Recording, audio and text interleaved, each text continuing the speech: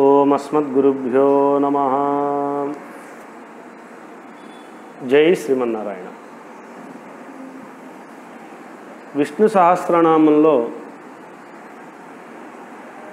భూతకృత్ అనేటువంటి నామం దగ్గర నుంచి భూత భావన అనేటువంటి నామం వరకు ఉన్నటువంటి 5 నామములు కూడా సర్వప్రాణులకు భగవంతుడు స్వామి అనేటువంటి అర్థాన్ని సమర్థిస్తూ ఉన్నాయి. అందులో భూతకృత్ అనేటువంటి నామం సర్వభూతముల్ని పరమాత్మే సృష్టిస్తున్నాడు అని తెలియజేసింది. తర్వాత భూతభృత్ అనేటువంటి నామం సృష్టించడం మాత్రమే కాదు, సర్వభూతములను పరమాత్మయే భరిస్తూ ఉన్నాడు. అంటే వాటిని ధారణ చేస్తూ వాటికి పోషణను కూడా పరమాత్మ చేస్తున్నాడు అన్నారు. తర్వాత భావః అనేటువంటి నామం ఈ సర్వభూతములని తన శరీరముగా పరమాత్మ కలిగి విశిష్టమైనటువంటి ఆకారంతో విరాజిల్లుతున్నాడు అని భావః అనేటువంటి నామం తెలియజేస్తుంది. అంతేకాకుండా భూతాత్మ అనేటువంటి నామం సర్వభూతములకి కూడా భగవానుడే ఆత్మ అని మనం చివరగా నిన్న భూతాత్మ అనేటువంటి నామం యొక్క అర్థాన్ని మనం తెలుసుకున్నాం. ఆ నామం యొక్క అర్థాన్ని గురించి తెలుసుకునేటప్పుడు శరీరం అంటే ఏమిటో, ఆత్మ అంటే ఏమిటో నిన్న లక్షణాలు తెలియజేశారు వ్యాఖ్యానంలో పరాశర భట్టారకుల వారు. దాన్ని కొద్దిగా వివరంగా చూద్దాం. ఆత్మ అంటే ఏమిటి, దానికి ఉండేటువంటి లక్షణం ఏమిటి అంటే నిన్న చెప్పుకున్నాం. ఆప్నోతి ఇది ఆత్మ,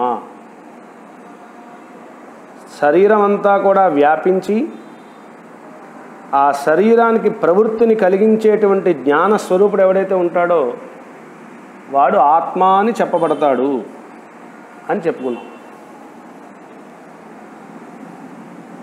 శరీరమంతా జీవాత్మ అనేటువంటి వాడు తన జ్ఞానం చేత వ్యాప్తి చెందుతున్నాడు, అంటే వ్యాపిస్తున్నాడు. వ్యాపించి తన యొక్క జ్ఞానాన్ని శరీరంలో ఉండేటువంటి అనేక అవయవముల ద్వారా తాను ప్రకాశింపచేస్తూ ఉన్నాడు.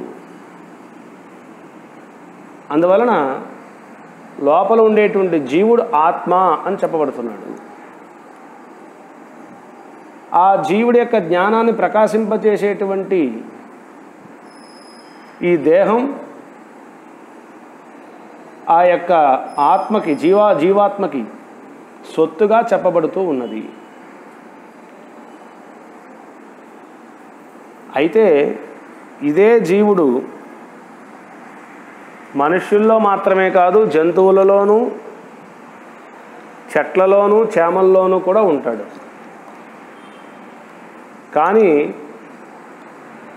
ఆ జీవాత్మ అనేటువంటి వాడి యొక్క జ్ఞానం వాటిలో పెద్దగా ప్రకాశించదు. కారణం ఏమిటి? ఆ శరీర లక్షణములు అటువంటివి. ఇప్పుడు ఒక దీపం తీసుకుంటే ఆ దీపం యొక్క వెలుగు దాని చుట్టూ ఉండేటువంటి ఆవరణ బట్టి ప్రకాశిస్తుంది. ఒక దీపాన్ని వెలిగించి దాని మీద గాజు గ్లాసు కనుక మూసామనుకోండి, ఆ దీపం యొక్క కాంతి ఆ గ్లాసు మూసినప్పటికీ కూడా చక్కగా కాంతి అన్ని చోట్లకి కూడా ప్రకాశిస్తుంది.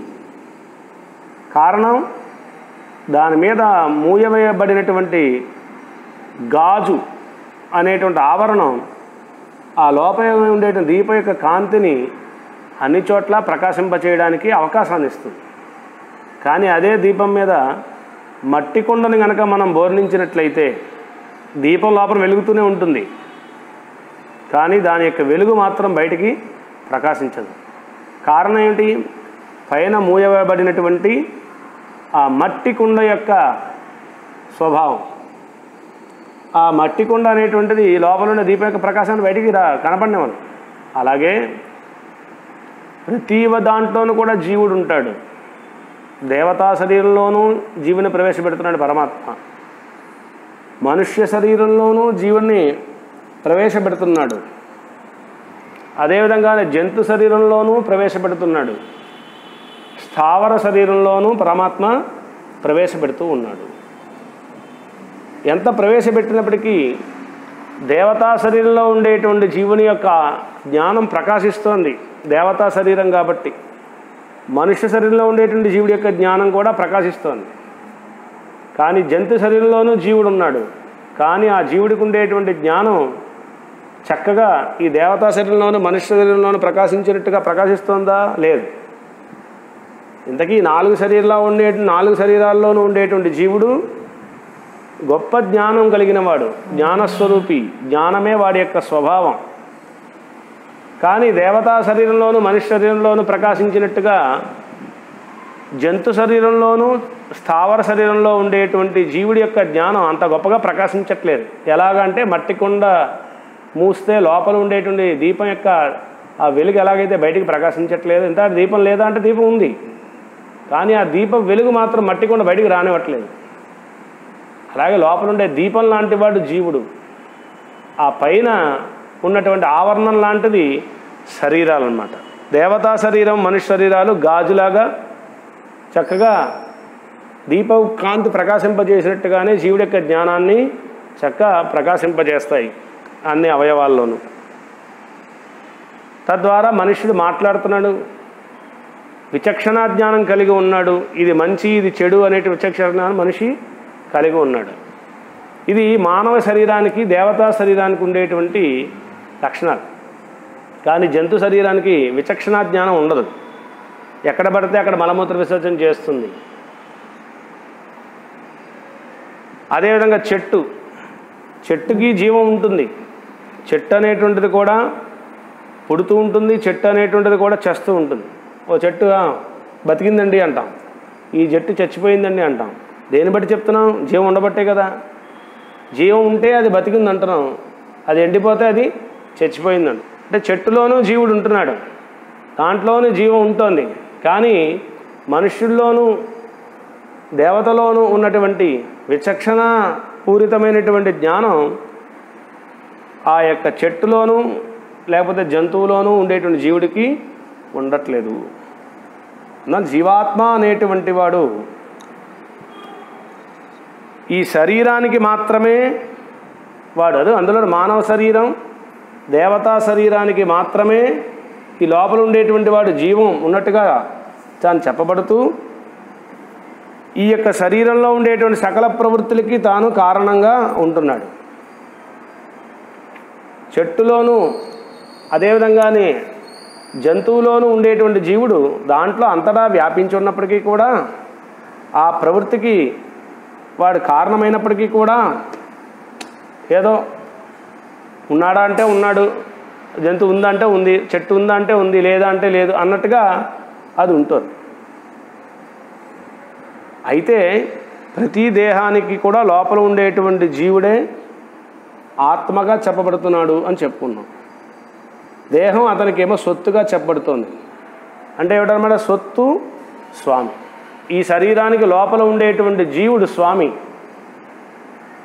ఆ లోపల ఉండేటువంటి జీవుడికి శరీరం అనేటువంటిది సొత్తుగా చెప్పబడుతోంది.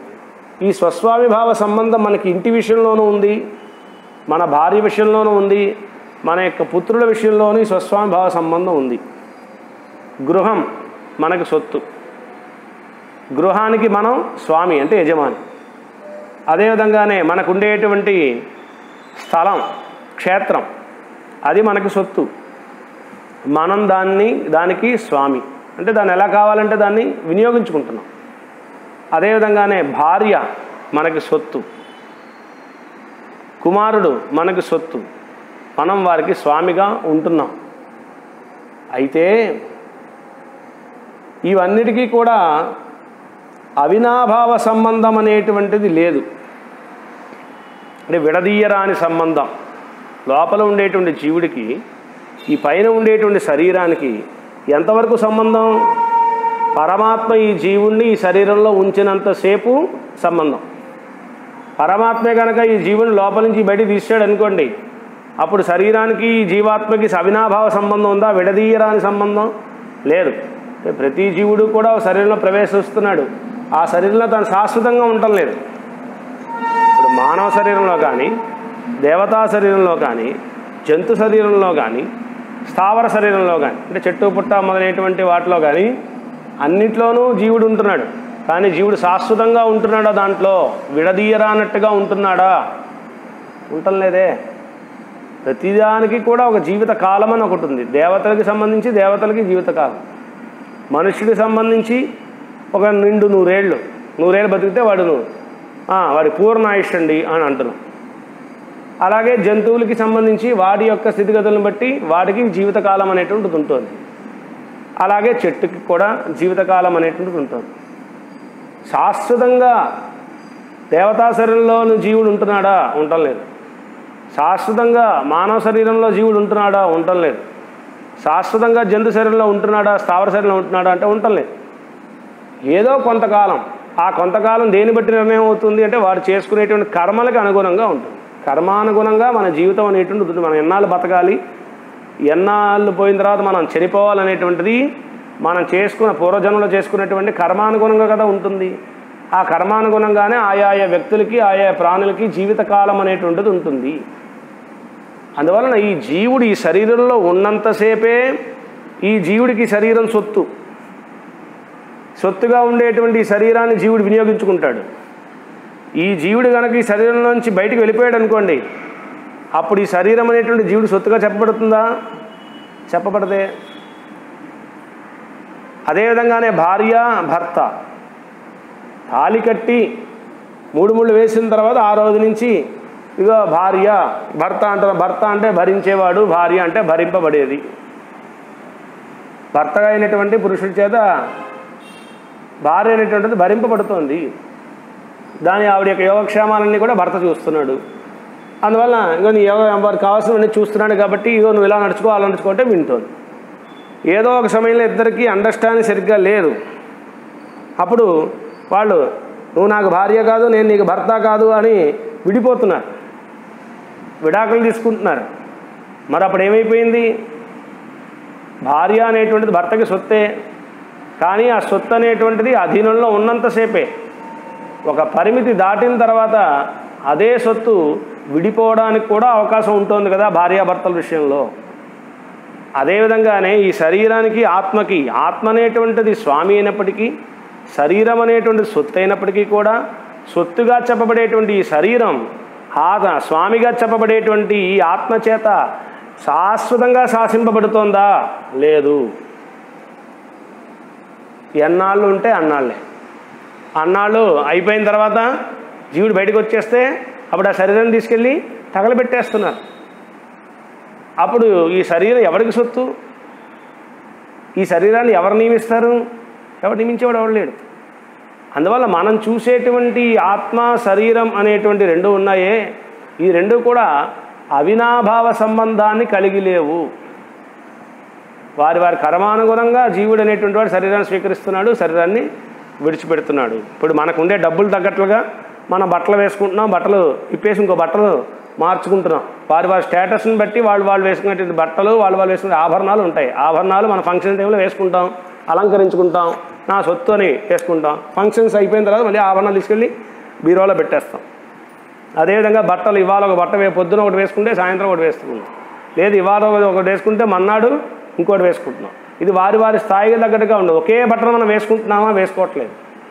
మాసిపోయిందని చెప్పి దాన్ని తీసేసి శరీరాన్ని ఇంకొక వస్త్రాన్ని మనం ధరిస్తూనే ఉన్నాం కదా. అదేవిధంగా జీవుడు కూడా తాను చేసుకునే పుణ్యపాపములకు అనుగుణంగా ఓ దేవతా శరీరాన్ని ధరిస్తున్నాడు, విడిచిపెట్టేస్తున్నాడు. మనుష్య శరీరాన్ని ధరిస్తున్నాడు, విడిచిపెడుతున్నాడు. జంతు శరీరాన్ని ధరిస్తున్నాడు, విడిచిపెట్టేస్తున్నాడు. అదేవిధంగానే స్థావర శరీరాన్ని ధరిస్తున్నాడు, విడిచిపెట్టేస్తున్నాడు. అందువల్ల శాశ్వతంగా ఒక శరీరాన్ని జీవుడు ధరించి ఉండటం లేదు. అందువల్ల శాశ్వతంగా జీవుడు ఏ శరీరాన్ని శాసించలేడు. కానీ పరమాత్మ అనేటువంటి వాడు అలా కాదు. భూతాత్మ, సర్వభూతములకు ఆయనే ఆత్మ. సర్వభూతములకు ఆయనే ఆత్మ అని చెప్పడం చేత ఈ భూతాత్మ అనేటువంటి నామం మనకి ఏం చెప్తోందండి అంటే, మనకుండేటువంటి శరీరంలాగా లోపల ఉండేటువంటి జీవుడు ఈ శరీరం ఉన్నంత లోపల జీవుడు ఉన్నంతసేపు శరీరాన్ని శాసిస్తున్నట్టుగానే పరమాత్మ కూడా మనల్ని ఏదో కొంతకాలం ఒక 5 ఏళ్ళలో లేదా 10 ఏళ్ళలో ఒక 100 ఏళ్ళలో లేకపోతే ఒక 20 ఏళ్ళలో శాసిస్తాడా అంటే కాదు. సర్వభూతములకి పరమాత్మ ఎప్పుడూ ఒకటే ఆత్మ. ఇప్పుడు మన శరీరానికి లోపల ఒకటే జీవుడు, అదేదో ఇంకొకరి శరీరానికి లోపల ఒకటే జీవుడు. ప్రతి ఒక్కడికి కూడా ఒకడే కదా జీవుడు ఉంటాడు, ప్రతి శరీరానికి ఒక జీవుడు ఉంటాడు. కానీ భగవంతుడు అనేటువంటి వాడు అన్ని ప్రాణులకి కూడా తాను ఒక్కటే ఆత్మ. అదేగా చెప్తున్నారు, భూతాత్మ భూతానాం ఆత్మ భూతాత్మ. తనకు శరీరంగా ఉండేటువంటి సర్వభూతములకి కూడా పరమాత్మయే ఆత్మ. ఈ జీవుడి శరీరంలోనికి ప్రవేశించినప్పటి నుంచి ఈ శరీరంలోంచి బయటికి వెళ్ళేంత వరకు ఎలాగైతే మొత్తం మన శరీరం అంతా కూడా వ్యాపించి తన జ్ఞానం చేత ఈ శరీరానికి ప్రవృత్తిని కలిగిస్తూ ఉన్నాడో, అదేవిధంగానే భగవంతుడైనటువంటి శ్రీమన్నారాయణుడు కూడా ఈ సకల భూతములలోనూ తాను ఎల్లప్పుడూ ప్రవేశించి ఉండి ఎల్లప్పుడూ వారి యొక్క వృత్తి ప్రవృత్తులని చేయడానికి కారణంగా తాను ఉంటున్నాడు. మనకులాగా కర్మ పూర్తయిపోయిన తర్వాత మనం మరణించినట్టుగా పరమాత్మ అనేటువంటి వాడు మరణం అనేటువంటి ఉంది ఆయనకి లేదు. అదే గీతలో కృష్ణ పరమాత్మ చెప్పాడు, అజోపి నేను పుట్టుక లేని వాణ్ణి, అవ్యయాత్మ. అవ్యయాత్మ అంటే నాశరహితుణ్ణి. పరమాత్మ ఎప్పుడు కూడా నాశనము లేనటువంటి వాడు. మిగతా జీవుల్లాగా ఒకళ్ళు ఒక శరీరంలోనికి ప్రవేశపెట్టవలసినటువంటి అవసరం లేదు పరమాత్మని. తానే అన్నింటిలోనూ ప్రవేశిస్తూ ఉన్నాడు.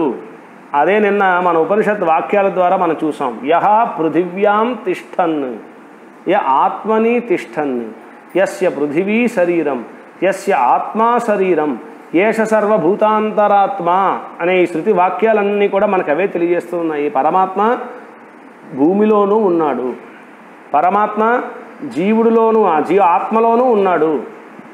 ఈ యొక్క భూమి పరమాత్మకి శరీరమే, అదేవిధంగా నీరు శరీరమే, పంచభూతములు పరమాత్మకి శరీరమే.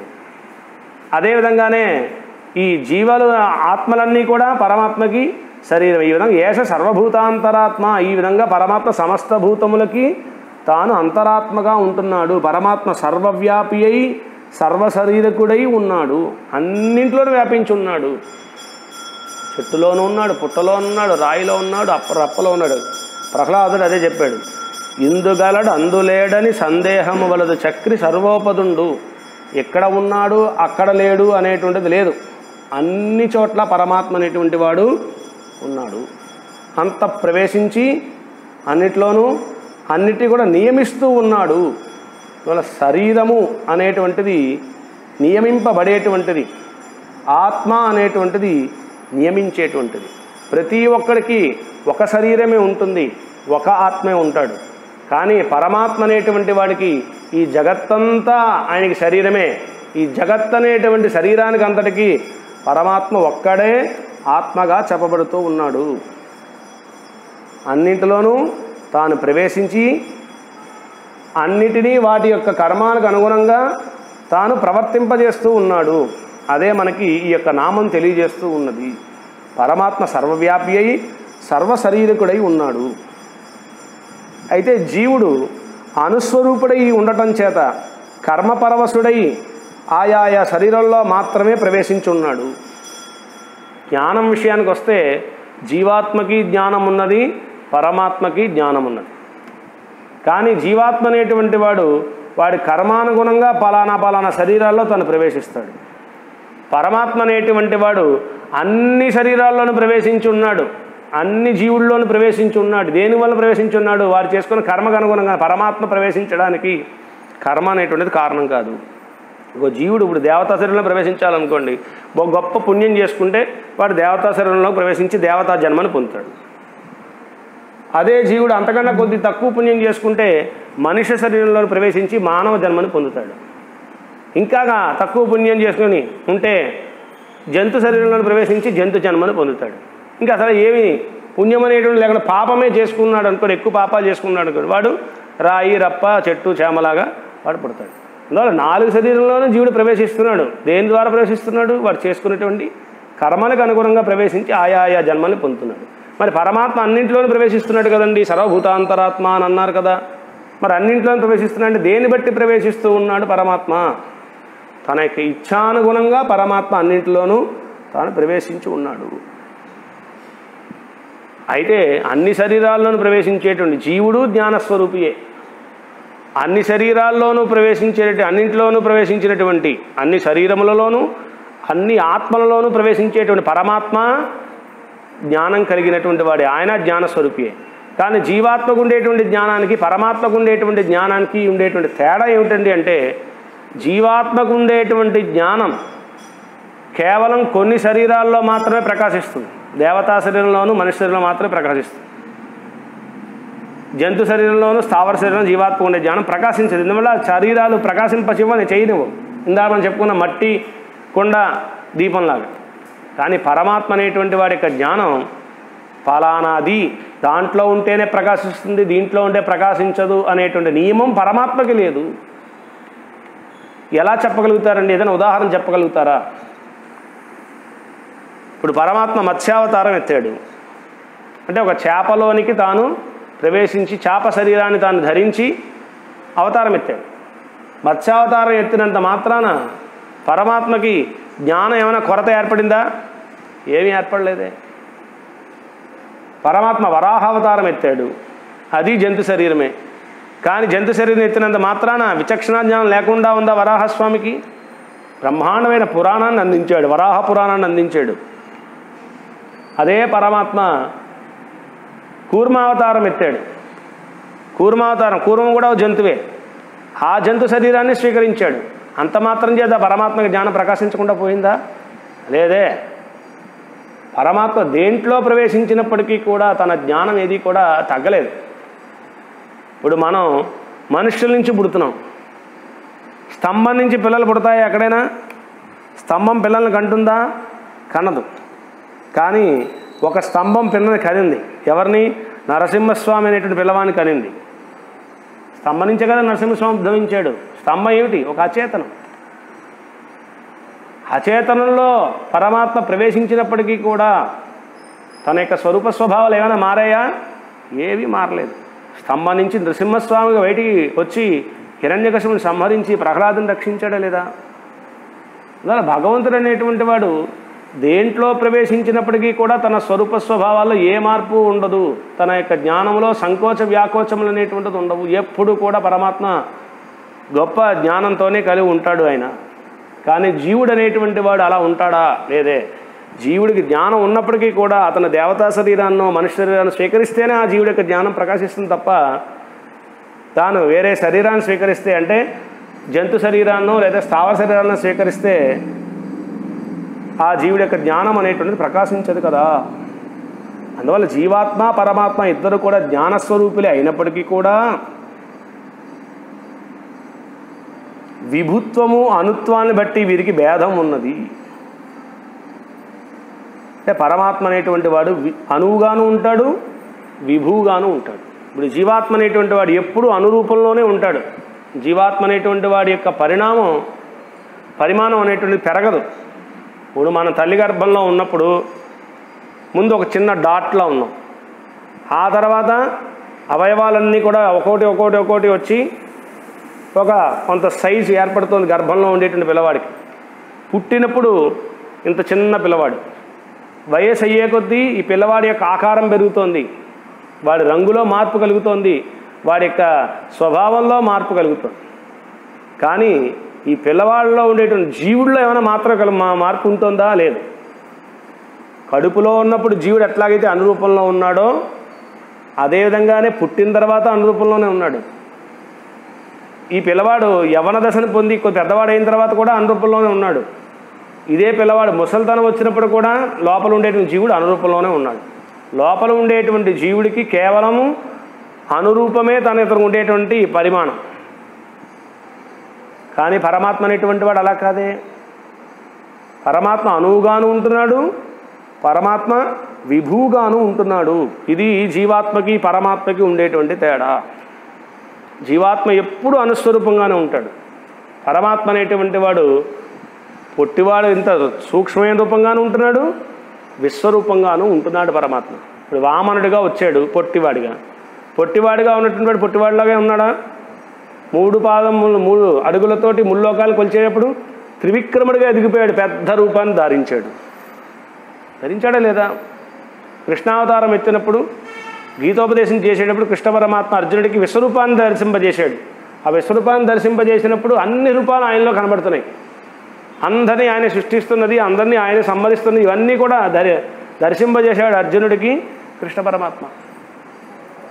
మళ్ళీ ఆ విశ్వరూపాన్ని ఉపసంహరించుకున్న తర్వాత మళ్ళీ అతని యొక్క చుట్టంలాగా బావలాగా ఒక సాధారణమైనటువంటి మనిషిలాగా మళ్ళీ దర్శనమిచ్చాడు. అంటే పరమాత్మ అనేటువంటి వాడు చిన్నవాడిగాను ఉంటున్నాడు, పెద్దవాడిగాను ఉంటున్నాడు. కానీ జీవాత్మ అనేటువంటి వాడు అలా ఉండలేదే. జీవుడు అనేటువంటి వాడు ఎప్పుడు కూడా అనురూపాన్ని ధరించి ఉన్నాడు. జీవాత్మ పరమాత్మ అనేటువంటి వారు ఇద్దరు కూడా జ్ఞానస్వరూపులే అయినప్పటికీ కూడా సర్వవ్యాపిత్వము అనుత్వాన్ని బట్టి వీరిద్దరికీ కూడా భేదం అనేటువంటిది ఉన్నది. అందువల్లనే జీవుడు కేవలం ఆత్మపదం చేతను, ఈశ్వరుడు అంటే భగవానుడు పరమాత్మ పదం చేతను వ్యవహరింపబడుతూ ఉన్నాడు.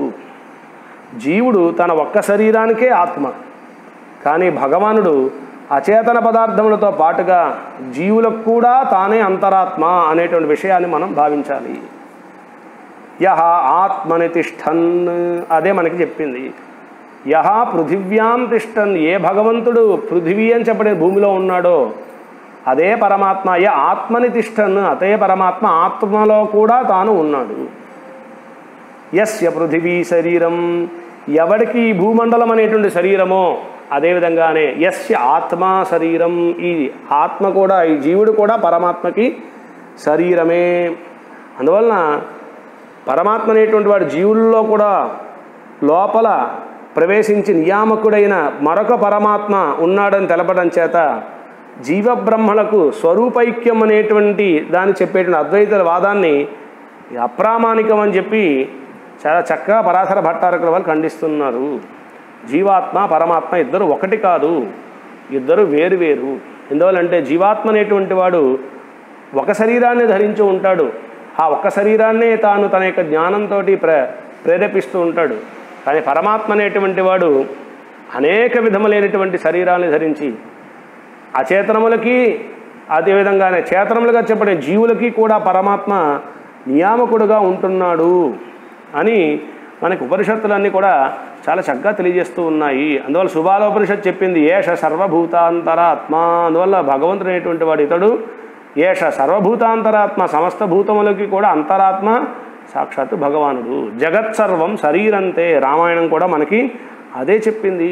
రామాయణంలో దేవతలందరూ కూడా పరమాత్మ ఈ జగత్తంతా కూడా నీకు శరీరం కదయా. విష్ణు పురాణం కూడా అదే చెప్పింది. తాని సర్వాణి తద్వపుః, అవన్నీ కూడా ఆ పరమాత్మకి శరీరము.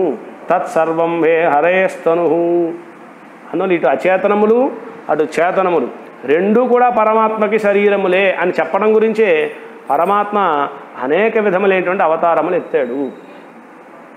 అందువల్లనే ఆళ్వార్లు కూడా తెలియజేశారు. ఏమని? మీనోడు ఆమై కేళల్ అరికురళాయ్ ఉన్నుమిరామనాయ్ తానాయ్ పిన్నుమిరామనాయ్ దామోదరనాయ్ కర్కియమానందన్నై. మీనోడు, మీన్ అంటే ఈ చేప, మత్స్యావతారం ఎత్తాడు. మత్స్యము తనకి శరీరమే నిరూపించాడు. ఆమై, ఆమై ఆమై అంటే కూర్మం, తాబేలు అవతారం ఎత్తాడు. తాబేలు శరీరం కూడా నేను స్వీకరిస్తాను, తాబేలు కూడా నాకు శరీరమే అని చెప్పాడు.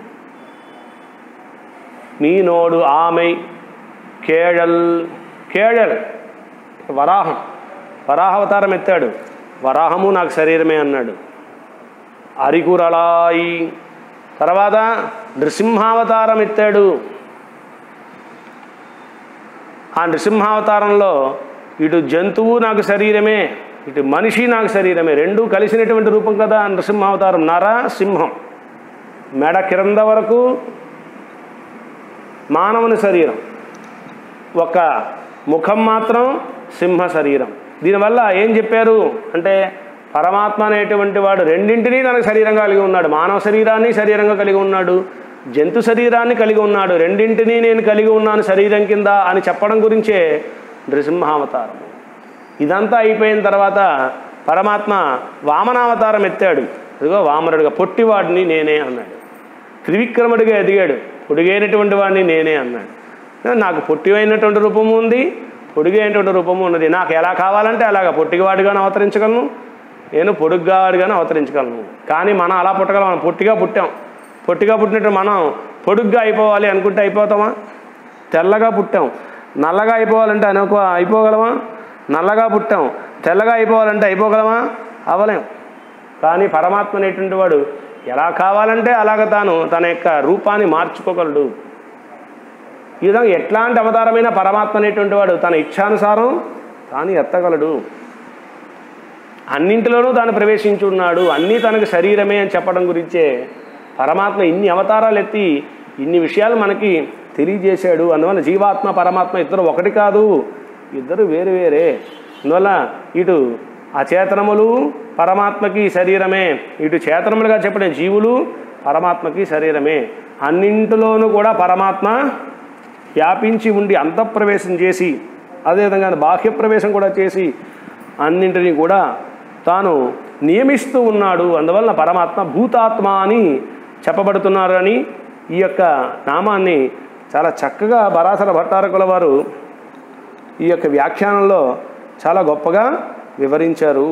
ఈ ప్రపంచమంతా కూడా బ్రహ్మాత్మకము అంటే పరమాత్మని ఆత్మగా కలిగి ఉండి ఈ ప్రపంచమంతా కూడా పరమాత్మకి శరీరంగా ఉన్నది అనే విషయాన్ని తెలుసుకో అని చెప్పి చాలా చక్కగా మనకి ఉపనిషత్తులు అనేటువంటివన్నీ కూడా మనకి తెలియజేస్తూ ఉన్నాయి. అందువలన ఈ యొక్క భూతాత్మ అనేటువంటి పదం, ఈ నామం అన్ని భూతములకు పరమాత్మయే ఆత్మగా ఉంటున్నాడు. ఆయన కనుక లేకపోతే ఏ భూతానికి కూడా ఏ ప్రాణికి కూడా సత్తా అనేటువంటిది ఉండదు అని ఈ యొక్క నామం యొక్క సారాంశము. తర్వాత నామం యొక్క అర్థాన్ని రేపటి రోజు మనం తెలుసుకుందాం. జై శ్రీమన్నారాయణ.